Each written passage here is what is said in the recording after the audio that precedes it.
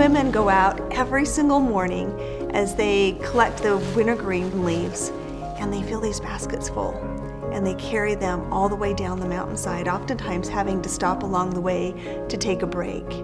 And yet they do this every single day to be able to provide for their family. But yet when you look at these mountain regions, they are so far removed from any city. What other opportunity do they have to truly be able to provide for their family? They don't. And now we come in with an opportunity that provides them with the means they need to create that income.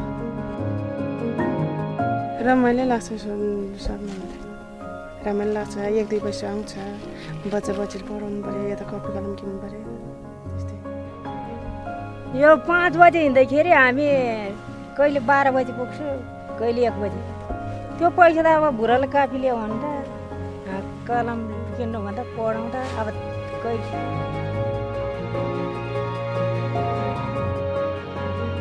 They get up in the morning before the kids are awake and are able to provide for their family, whether that be through school supplies, whether it be food for the family. They're able to work as much as they want because of our demand for wintergreen. Sky's the limit.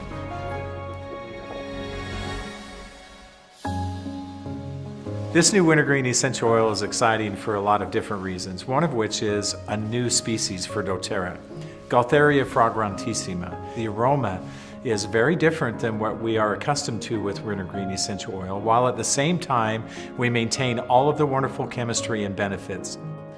One of the challenges with wintergreen essential oil is to make sure that the oil is not synthetic. And while doTERRA does a tremendous amount of testing that has become more and more sophisticated, we also have the advantage of working directly with the source. We're intimately involved from the very beginning all the way through the end process when we provide this beautiful essential oil.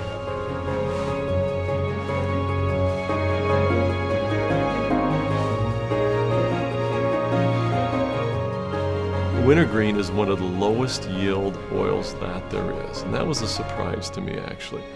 As we fill those stills up, you stomp and you mash that thing as tight as you can get it, and then we finally build the mound 4 feet higher than the top of the still and put the lid on and really pack it in there. And then it goes for 14 hours. It's an amazing process and a heck of a lot of work to get such a small amount of oil.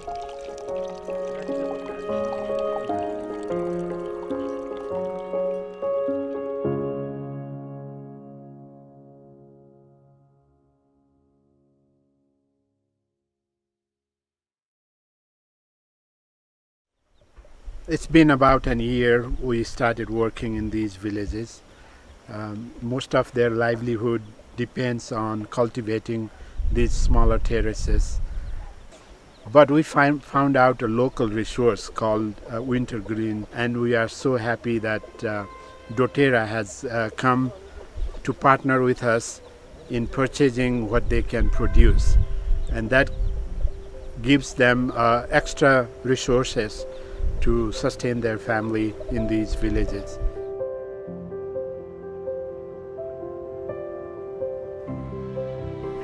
In our desire to find the highest quality essential oils in the world, we turned to Nepal for their wintergreen source. We worked with 2 specific districts, the Dholaka district as well as the Longjun district. And you can imagine how our hearts broke as we learned the news of the earthquakes, knowing that these 2 areas were the heart of the earthquake and received the most damage.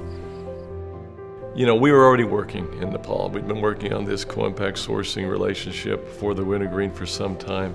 We already had significant contacts on the ground, specifically with Vishnu, so valuable, and just his ability to get things done in Nepal that frankly others, even the government, sometimes struggle with. And then of course when the earthquake happened, we immediately decided we were going to send $100,000 out there for the immediate needs, which were tents and blankets and food as they were just going into their monsoon season. But then we got this thought almost as fast. Our wellness advocates are really generous in their thinking. Why don't we put it out to them, and we'll put out an offer to match, you know, any donations that come that way, and so that's what we did. And in the end, I think we came up with somewhere around $700,000 that we were able to help provide this relief for Nepal. You imagine what it meant to these people who lost their homes, whose lives were completely devastated, to receive temporary shelter, to receive food, to receive those things to be able to help sustain them through this most difficult time.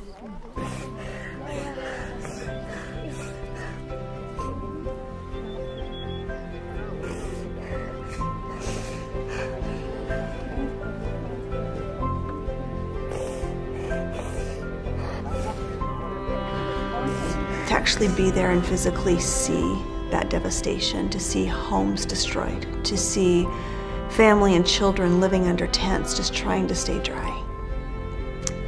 It really changed my perspective. And as we were able to meet some of the people that we provided the temporary housing for, Hawa is one that just amazed me. I think of myself in that situation and how I would have responded. I think I would have been devastated. Yet she was so resilient. She was so happy and so grateful. She just kept giving us thanks for the home that she had. Even though it was a small home, she was so grateful. Then to see the little shack, very small with the goats where she had been sleeping, and as a way to stay out of the rains and so forth. Those are things you just don't forget. I think she was very representative of many of the people that we met in Nepal. They're such a gracious people, and they truly are resilient. They truly are strong, and they will carry on, but they need help. And I'm so grateful that we are in a position to be able to provide some small means of help.